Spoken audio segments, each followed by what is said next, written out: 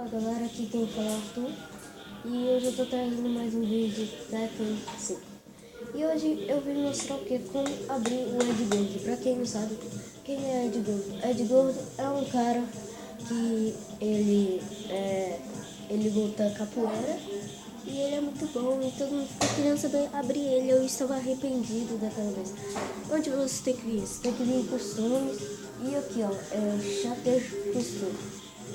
Aí você aperta na capoeira. Na capoeira não, no irmão dela. Aí você vem aqui embaixo. Aí você vem aqui, ó. Meu mestre costume. Aí tá. Ele é 500 mil.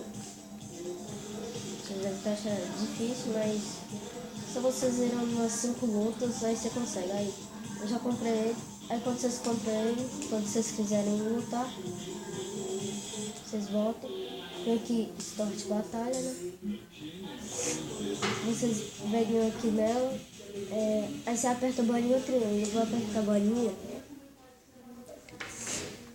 E triângulo tem a roupa dele de capoeira, mas eu apertei bolinha, então não é roupa de capoeira, pra quem tá vendo aí.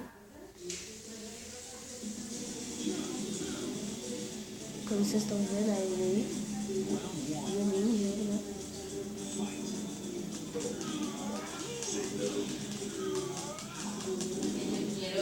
Aí você vai fazendo uns golpes. E uma dica, galera, pra quem não sabe, ele é muito mais forte que a irmã dele. Ele é mais forte que a irmã dele. Ele bate mais que a irmã dele.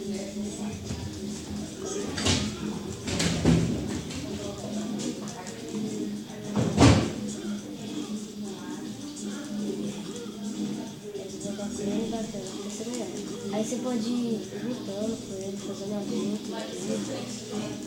Aí eu tô jogando com os personagens. Então galera, esse vídeo vai ficando por aqui. Se vocês gostaram, deixa vocês, se inscreve no canal. Tchau.